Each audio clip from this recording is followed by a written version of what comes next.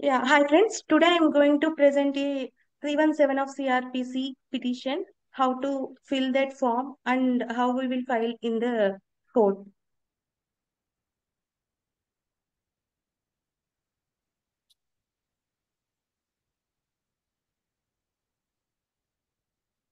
We are going to discuss about particularly these topics. What is the 317 CRPC and which courts does it apply to? Which judge deals with this? What is the use of this section? Format of a 317 CRPC petition. How to fill the petition? Example petition under section 317 CRPC. Merits and demerits of this section. Introduction. The Code of Criminal Procedural Code lays down procedural laws for criminal cases in India. ఇది మనందరికీ తెలుసు. Just నేను information కోసం mention చేశాను. Particularly మనం ఇప్పుడు 317 of CrPC deals with a circumstances wear the accused can be absent from the trial proceedings. మనం దీన్ని సిపిసిలో అప్లై చేయలేము. ఓన్లీ సిఆర్పిసి ప్రొసీజర్స్ అంటే క్రిమినల్ కేసుల్లో మాత్రమే అప్లై చేయగలుగుతాము. సో నేను ఇంగ్లీష్ అండ్ తెలుగు రెండింటిలోనూ చెప్పడానికి ట్రై చేస్తున్నాను. ఏదైనా డౌట్స్ వస్తే ఫైనల్ గా మనం డిస్కస్ చేసుకుందాం. నేను కూడా లెర్నింగ్ స్టేజ్ లో ఉన్నా. So what is the section 317 of CRPC? Section 317 of the CRPC allows a magistrate or judge to dispense with the personal attendance of an accused person under certain circumstances. If the accused cannot appear in the court due to valid reasons, the court may proceed with the case in their absence. Actually, 317 section వచ్చేసి absent petition గా మనం వాడుక భాషలో మాట్లాడుకుంటా ఉంటాము అందరూ. కాకపోతే ఇది పర్టికులర్ గా ఆబ్సెంట్ పిటిషన్ అనేది మనందరికి తెలిసిన విషయమే. ఇది పర్టికులర్ సర్క్యూమ్స్టెన్సెస్ లో అక్యూజ్డ్ పర్సన్ ఎవరైతే నిందితుడు ఉన్నాడో అతను ఆబ్సెంట్ అవ్వాల్సిన సిచ్యువేషన్ లో మనం ఒక పిటిషన్ ని కోర్టులో ఫైల్ చేయాల్సి ఉంటుంది. అటువంటి టైంలో మనం దీన్ని వాడుకుంటాం అనమాట. Which courts does it apply to? It applies to magistrate courts and session courts handling criminal trials.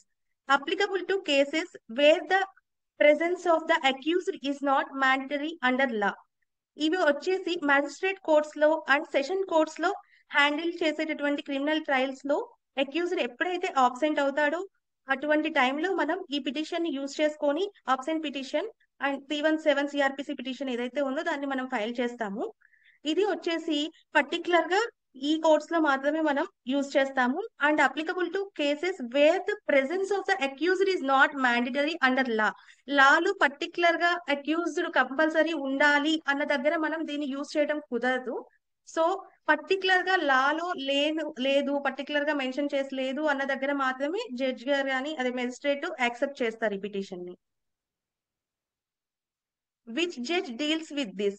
The magistrate or session judge handling the criminal trials has the authority to grant exemption under section 317 CRPC.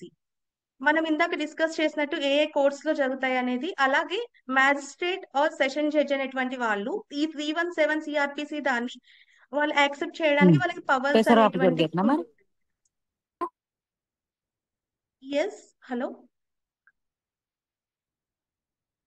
Any doubts? I have small doubt. What is the use of this section? Prevents undue hardship to an accused who is unable to appear due to illness or other valid reasons. Ensures the trial proceedings without unnecessary delay. Helps avoid arrest or issuance of a non-bailable warrant in case of non-appearance.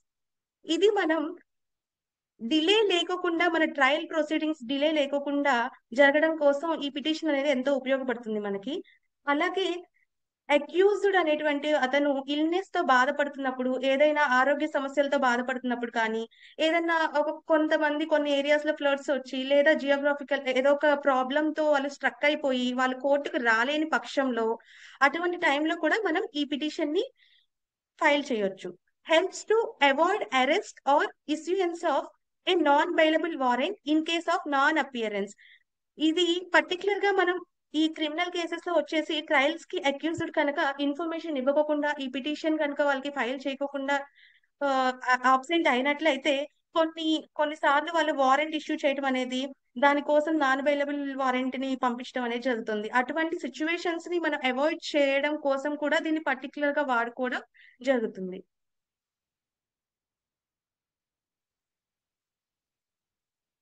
Format of a 317 CrPC petition in the court of అని మనకి particular గా format నేను just explain చేస్తున్నాను. తర్వాత నేను example ఒక photo చూపిస్తాను మీకు ఫార్మాట్ ఎలా ఉంటుంది అనేది. ప్రెసెంట్ వచ్చేసి నార్మల్ గా format of the 317 CrPC petition లో మెయిన్లీ ఉండే కాలమ్స్ ఇలా ఉంటాయి అన్నమాట. ఇన్ ద కోర్ట్ ఆఫ్ అని చెప్పేసి మనకి అక్కడ డాష్ లాగా ఇచ్చి వదిలేస్తారు. మనం ఏ కోర్ట్ లో అయితే ఈ పిటిషన్ ని ఫైల్ చేస్తున్నామో అటువంటి టైంలో దాన్ని అక్కడ నేమ్ అనేది మెన్షన్ చేయాలన్నమాట. అలాగే కేస్ నెంబర్ అడుగుతారు. కేస్ నెంబర్ వచ్చేసి ఇక్కడ టైప్స్ ఆఫ్ కేస్ నెంబర్స్ ఉంటాయి. కొన్నిట్లో సిసి నెంబర్ ఉంటుంది, కొన్నిట్లో ఎంపీ నెంబర్ అని some different types of numbers ఉంటాయి. సో ఇక్కడ మనం ఏదైనా కానీ అది ఎటువంటి టైప్ కేస్ అనేది ఫస్ట్ తెలుసుకొని దాన్ని బట్టి మనం ఇక్కడ కేస్ నెంబర్ అనేటువంటిది మెన్షన్ చేయాల్సి ఉంటుంది. అది ఏ కేస్ నెంబర్ పర్టికులర్ గా కరెక్ట్ గా వేయాలి, చూసుకోవాలి మనం కరెక్ట్ గా. అలాగే కంప్లైనెంట్ నేమ్ అనేది, ఎవరు కంప్లైనెంట్ నేమ్ అనేది పర్టికులర్ గా రాయాల్సి ఉంటుంది. అలాగే వర్సెస్ అక్యూజ్డ్ నేమ్ అనేది కూడా మనం క్లియర్ గా మెన్షన్ చేయాలి. Most important sections, reasons for absence, the accused is unable to attend due to mention reason. ఇక్కడ దాకా వాళ్ళు ఫార్మాట్ లో ఇస్తారు. ఇక్కడ నుంచి మనం మెన్షన్ ద రీజన్ అనేది మనం పర్టికులర్ గా మెన్షన్ చేయాలి. అంటే డ్యూ టు ఇది ఆబ్సెంట్ పిటిషన్ వచ్చేసి పర్మనెంట్ గా 1 మంత్ కో 1 వీక్ కో ఇలా కొన్ని డేస్ కి వేసుకునేది కాదు.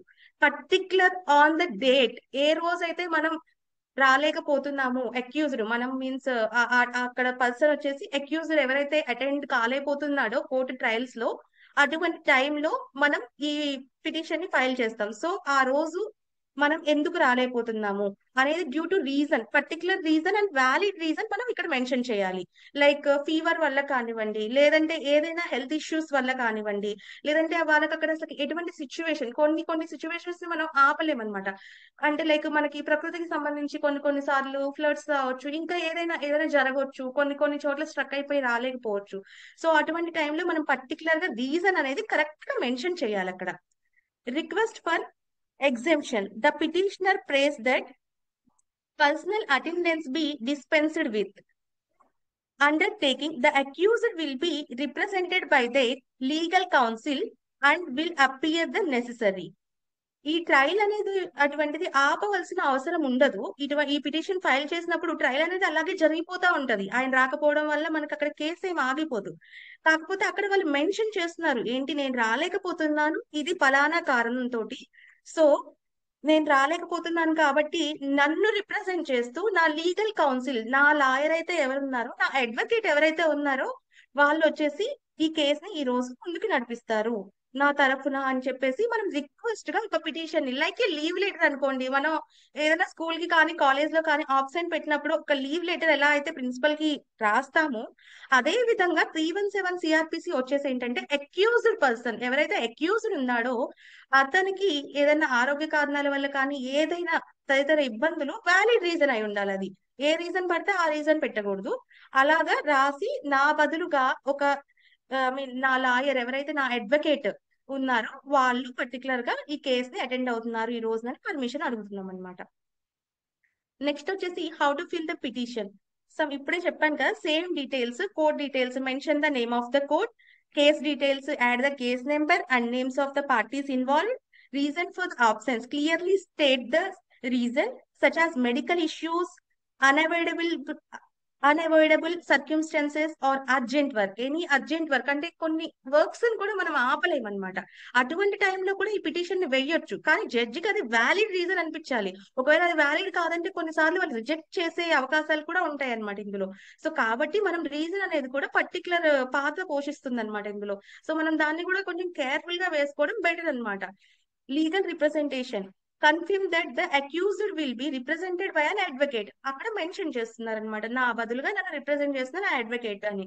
అలాగే signature and the date, the accused or the lawyer must sign the petition. ఏ అక్యూజ్డ్ అయితే ఉన్నాడో అతను యాక్సెప్ట్ చేస్తూ తన సిగ్నేచర్ ని దాని మీద చేయవలసి ఉంటుంది. ఎందుకంటే నేను ఇలా రాలేకపోతున్నాను, తనకి నాకు యాక్సెప్టెన్స్ నేను ఇస్తున్నాను అని. అలాగే దాంట్లో అతని యొక్క లాయర్ సైన్ చేయాల్సి ఉంటుంది అనమాట. పర్టికులర్ గా అక్యూజ్డ్ లాయర్ అనేటువంటి వాళ్ళు ఖచ్చితంగా ఇందులో సైన్ చేయాలి. అలాగే ఇది ఎగ్జాంపుల్ శాంపిల్ అసలు ఎలా ఉంటుంది ఆ petition. Example petition under section 317 CrPC అనేది ఇలా ఉంటుంది అనమాట. అక్యూజ్డ్ అబ్సెంట్ అయినప్పుడు మనం చేసేటటువంటి డ్రాఫ్ట్ యొక్క ఫార్మాట్ ఇట్లా ఉంటుంది. ఒకసారి జూమ్ చేసి చూపిస్తున్నాను. Absent petition under section 317 CrPC sample in the court of, నేను ఇందాక చెప్పిన కాలమ్సే ఉంటాయి మోస్ట్లీ. ఎక్కడైనా మనకి చేంజ్ అవుతుంది అంటే నేను ఇందాక చెప్పాను కదా, ఇక్కడ సిసి నెంబర్ అని అడుగుతారు కొంతమందికి. ఇంకా different types of case numbers ఉంటాయి. యాక్చువల్లీ దాని గురించి సార్ మనకి ముందొచ్చే సెషన్స్ లో డిస్కస్ చేస్తా అని చెప్పారు. నాకు కూడా ఎక్కువగా ఐడియా లేదు దీని మీద. బట్ వచ్చేసి ఇక్కడ వచ్చేసి మనం కేస్ నెంబర్ అనేసి అనుకోవాలన్నమాట. క్రైమ్ నెంబర్ మనం దేని కింద ఛార్జ్ మనకి రిజిస్టర్ అయింది అనేది చూసుకొని ఆ నెంబర్ వేస్తాము. అలాగే డేట్స్ మెన్షన్ చేస్తాము. అలాగే పిటిషనర్ ఆర్ అక్యూజ్డ్ నేమ్ రాస్తాము. అలాగే రెస్పాండెంట్ యొక్క డీటెయిల్స్ రాస్తాము, నేమ్ రాస్తాము. ఇక్కడ petition filed under section 317 CrPC the petitioner or accused about named most respectfully state as follows that the petitioner states that the above case is posted today for further proceedings. The petitioner further states that petitioner is unable to appear before this honorable court today due to this reason, particular reason. I mean, he is suffering with, I am suffering with fever, like that, high temperature, or any reason, valid reason మనం ఇక్కడ mention చేస్తాం.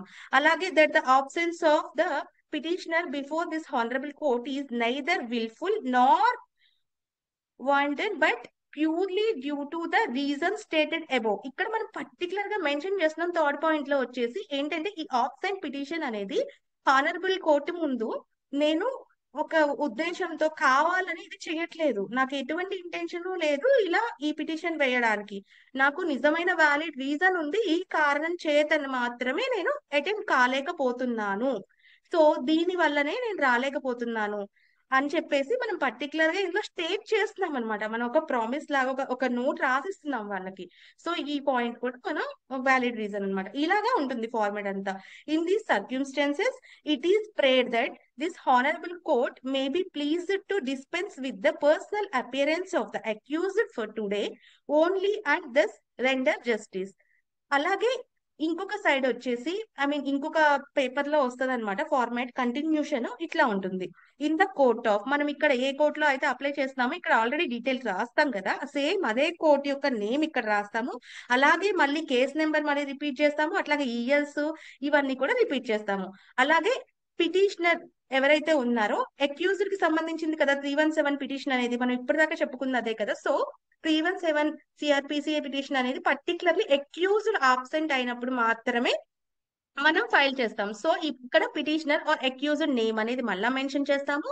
అలాగే respondent, complaint ఎవరైతే complaint చేస్తారో respondent ఎవరైతే ఉన్నారో వాళ్ళ details కూడా ఇక్కడ మెన్షన్ చేస్తాము. అలాగే ఇది పర్టికులర్ గా వెరీ వెరీ ఇంపార్టెంట్ ఏంటంటే petition filed under section 317 CrPC. ఇక్కడ కిందకు వచ్చేసరికి counsel for petitioner or accused ఏంటి, మనకి ఎవరైతే కౌన్సిల్ తీసుకుంటున్నారో అక్యూజ్డ్ సైడ్ అడ్వకేట్, అది కౌన్సిల్ ఆన్ ద రికార్డ్ లో ఉండాలి. వాళ్ళ నేమ్ వచ్చేసి కౌన్సిల్ ఆన్ ద రికార్డ్ లో ఎవరి నేమ్ అయితే ఉంటుందో వాళ్ళు మాత్రమే ఇక్కడ సిగ్నేచర్ చేయాలన్నమాట. సో నేను ఈ రోజు ఈ వ్యాలిడ్ రీజన్ తో ఈ డేట్, నా పర్టికులర్ డేట్ ఒకటి, వ్యాలిడ్ రీజన్ ఒకటి, కేస్ నెంబర్ ఒకటి, అలాగే కిందకు వచ్చేసరికి మనం అడ్వకేట్ ఎవరైతే ఆ advocate council on the record ఉన్నారో ఆ అక్యూజ్డ్ పర్సన్ కి వాళ్ళ యొక్క సిగ్నేచర్, ఇవన్నీ పర్టికులర్ గా మనం డ్రాఫ్టింగ్ లో చూసుకొని ఈ పిటిషన్ ని ఫైల్ చేయాల్సి ఉంటుంది.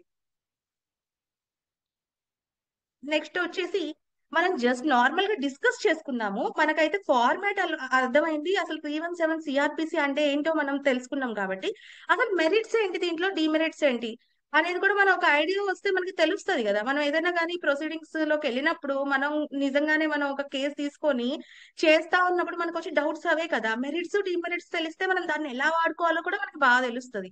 సో కాబట్టి నేను జస్ట్ నేను మెన్షన్ చేద్దాం అనుకున్నా నాకు తెలిసినంతలో. Merits and demerits of section 317 CrPC merits: prevents unnecessary hardship, for accused persons with genuine reasons, ensures the judicial process is not hindered due to minor absences, helps prevent issuance of non-bailable warrants in certain cases. ఇదేం చేస్తుంది, merits ఏంటంటే దీంట్లో particular గా వచ్చేసి దేన్ని prevent చేస్తుంది, unnecessary hardship for accused person. మనకి unnecessary accused person మీద పెట్టేటటువంటి ఇదిని మనకి ఇది తగ్గిస్తుంది అనమాట. వాళ్ళకి ఒక హక్కుని కల్పిస్తుంది. వాళ్ళకి ఒక్కొక్కసారి బాగుండదు, అటువంటి టైంలో కూడా వాళ్ళు అటెండ్ అవ్వాల్సి వస్తుంది. అప్పుడు వాళ్ళకి చాలా కష్టం అవుతుంది. సో ఈ సెక్షన్ 317 సిఆర్పిసి వచ్చేసి పర్టికులర్ గా ఎవరికి ఎక్కువ యూజ్ అవుతుంది అంటే అక్యూజ్డ్ తరపున వాళ్ళకి యూజ్ అవుతుంది అనమాట. సో అలాగే helps prevent issuance of non bailable warrants. Non bailable warrants ని కోర్టు ఊరికనే ఇచ్చేయకుండా ఆబ్సెంట్ అయిపోతే, సో ఈ పిటిషన్ వేసుకున్న వాళ్ళకి ఓకే తను వ్యాలిడ్ రీజన్ చెప్పాడు, ఆ రోజు ఫలానా కారణం చేత రాలేకపోయాడు కాబట్టి తను కన్సిడర్ చేస్తారు. అలాగే వచ్చేసి డిమెరిట్స్ అంటే మనం జస్ట్ నార్మల్ గా డిస్కస్ చేసుకుంటే కొన్ని కొన్ని ఉంటాయి కదా దేంట్లో అయినా కానీ మెరిట్స్ అండ్ డిమెరిట్స్. సో ఇలాగే can be misused by accused persons to delay proceedings. మనం ఏంటంటే కొంతమంది దీన్ని యూజ్ చేసుకొని ఆ ప్రొసీడింగ్స్ ని డిలే చేయడానికి ట్రై చేస్తారు. బట్ ఇది ఏంటంటే డిలే కాకుండా ప్రొసీడింగ్స్ చేయడం కోసమే మనకి 317 సిఆర్పిసి అనేది అక్యూజ్డ్ పర్సన్ ఇబ్బంది పడకుండా ఉండాలి, అలాగే ప్రొసీడింగ్స్ కూడా డిలే లేకుండా జరగాలనే మనకి ఇంట్రడ్యూస్ చేశారు. కాకపోతే కొంతమంది మిస్యూజ్ చేస్తారనమాట దాన్ని. అలాగే continuous exemption request May lead to abstraction of justice. పద్దాక ఇలాగే వాళ్ళు పిటిషన్ పెడుతున్నారు అనుకో ఎవ్రీ టైము, అప్పుడు ఏమైతుందంటే జస్టిస్ కి కొంచెం పద్దాక మనం ఏదైనా చేయడానికి ఒక డెసిషన్ తీసుకునేటప్పుడు పద్దాక పెడుతున్నారంటే అది ఆలోచించదగ్గ విషయం అవుతుంది అనమాట మ్యాజిస్ట్రేట్ కి కూడా. అలాగే ఇప్పుడు సాయంత్రం డిస్క్రిమినేషనరీ కొబ్బరి పవర్ నీళ్ళు ఆఫ్ ద జడ్జ్ చదివాలా? May lead to inconsistencies in application. మనకి ఇది పద్దాక చూడటం వల్ల జడ్జికి కూడా ఇన్కన్వీనియన్స్ గా ఉంటది అనమాట. ఎవరైతే దీన్ని డీల్ చేస్తున్నారో ఆ జడ్జికి ఇది ఇన్కన్వీనియన్స్ గా ఉంటుంది. Use of section 317 CrPC for defence and prosecution. మనం పర్టికులర్ గా తెలుసుకోవాల్సింది ఇదే కదా. మనం ఇక్కడికి వచ్చేసరికి డిఫెన్స్ సైడ్ ఉండొచ్చు, ప్రాసిక్యూషన్ సైడ్ ఉండొచ్చు. ఎందుకంటే ఒక కేసులో వచ్చేసి ఇద్దరు సైడ్ వాదించే వాళ్ళు అడ్వకేట్స్ అయి ఉంటారు, ఇద్దరు లా చదివిన వాళ్ళే అయి ఉంటారు. ఎవరు నమ్మిన దాన్ని వాళ్ళు ట్రస్ట్ చేసి వాళ్ళ వైపు వాళ్ళ సైడ్ తీసుకుంటారు. ఎటు ట్రూత్ ఉంది, ఎటు నిజం ఉంది, ఎటు ఇది అనిపిస్తే వాళ్ళకి కరెక్ట్ అనిపిస్తే వాళ్ళ సైడ్ తీసుకొని వాదిస్తారు. కాబట్టి బట్ డిఫెన్స్ సైడ్ కౌన్సిల్ ఎక్కువ ఏం చేస్తుంది, ప్రాసిక్యూషన్ కౌన్సిల్ కి ఎలా ఉంటది ఇది ఈ సెక్షన్ యూజ్ చేస్తే, helps prevents harassment of a accused in minor cases. చిన్న చిన్న కేసుల్లో అక్యూజ్డ్ ని బాగా హెరాస్ చేస్తానికి ఇబ్బంది పెట్టడానికి ట్రై చేస్తున్నప్పుడు మనకి ఇది ఏంటంటే డిఫెన్స్ వాళ్ళకి యూజ్ అవుతుంది అనమాట. కొంచెం అతన్ని మరీ ఇబ్బంది పెట్టకుండా అతని హెల్త్ బాగాలేదు ఇలా చెప్పేసి మనం కొంచెం అతన్ని తప్పిస్తా ఉండొచ్చు. అలాగే NGOs accused persons can avoid unnecessary appearances in court. అవసరం లేదు ఇతను ఈ రోజు అనుకున్నప్పుడు కొంచెం తప్పించడం కోసం ఇలాంటి పిటిషన్ యూజ్ చేస్తూ ఉంటారు అనమాట. Useful in case of medical emergencies. Emergency ఇందాక నుంచి చెప్పుకుంటున్నదే కదా, ఇల్నెస్ కానీ మెడికల్ ఎమర్జెన్సీ కానీ అఫీషియల్ డ్యూటీస్ ఏదైనా అర్జెంట్ గా వచ్చి చేయాల్సిన వర్క్స్ ఉంటాయి, ఆర్ అర్జెంట్ వర్క్స్ ఉన్నప్పుడు ఇది యూస్ చేసుకుంటారు. ఇది డిఫెన్స్ సైడ్ ఉన్న వాళ్ళు ఇలా ఆలోచిస్తారు. అలాగే ప్రాసిక్యూషన్ సైడ్ ఉన్న వాళ్ళు ఎలా చూస్తారు, ensures that trials are not delay due to repeated absence of the accused. వాళ్ళు ఏం చేస్తారు, ensures that trials are not delayed due to repeated absence. పద్దాక రిపీటెడ్ ఆబ్సెన్స్ ఎలా చేస్తారు, అట్లా చేయకూడదు, ఇది పద్దాక ఆబ్సెన్స్ ట్రయల్స్ ఆగిపోతా ఉంది కాబట్టి కొంచెం దీన్ని ఇది చేయండి అన్నట్టుగా వాళ్ళు ఆలోచిస్తారు అనమాట. Can object to the misuse of section 317 by filing counter petitions. మనకి ఆ ప్రాసిక్యూషన్ సైడ్ ఉన్న వాళ్ళు ఏం చేస్తారంటే పద్దాక ఇట్లా పిటిషన్ వేసి మనం అక్యూజ్డ్ ని కాపాడుతుంటే, ఒకవేళ డిఫెన్స్ సైడ్ వాళ్ళు ప్రాసిక్యూషన్ లో ఉన్న వాళ్ళు ట్రై చేస్తారు ఏంటంటే కౌంటర్ పిటిషన్ వేసి పద్దాక వీళ్ళు ఇలా రీజన్ చూపించి తప్పిస్తున్నారు అంటే కేస్ ని మిస్రిప్రజెంట్ చేస్తున్నారు వాళ్ళు, సో ప్లీజ్ అని చెప్పేసి మ్యాజిస్ట్రేట్ కి వాళ్ళు కౌంటర్ పిటిషన్స్ వేసుకుంటారు అనమాట. Helps in securing the presence of the accused when deemed necessary. ఖచ్చితంగా ఉండాల్సినప్పుడు ఉండాలి అని చెప్పేసి వాళ్ళ సైడ్ వాళ్ళు ట్రై చేస్తుంటారు. సో ఈ విధంగా డిఫెన్స్ సైడ్ అలాగే ప్రాసిక్యూషన్ సైడ్ కౌన్సిల్స్ కూడా దీన్ని ఈ సెక్షన్ ని ఎలాగా ఎదుర్కొంటాయి ఏదైనా కేసులో అనేది జస్ట్ అజ్యూమ్షన్ తో కొంచెం మేక్ చేశాను. అలాగే కన్క్లూజన్ వచ్చేసి section 317 CrPC is an essential legal provision allowing the court to balance the rights of the accused rights, accused person యొక్క రైట్స్ ని బ్యాలెన్స్ చేయడం కోసం with the need for judicial efficiency. Judicial efficiency correct గా జరిగేటప్పుడు తన యొక్క accused person యొక్క rights ని బ్యాలెన్స్ చేయడం కోసం చేసినటువంటి ఒక యాక్ట్ అన్నమాట. ఇది వచ్చేసి section 317 CrPC. While it offers relief, it must be exercised judicially to prevent misuse. Thank you. Thank you so much, all. So, thank you very much, Vasanti Devi. So, ఎవరైనా expect చేసామో మనము 317 పైన 25 నిమిషాలు వరకు presentation చేయొచ్చని. Okay, excellent presentation. I appreciate your hard work behind this. ఎందుకంటే 317 లో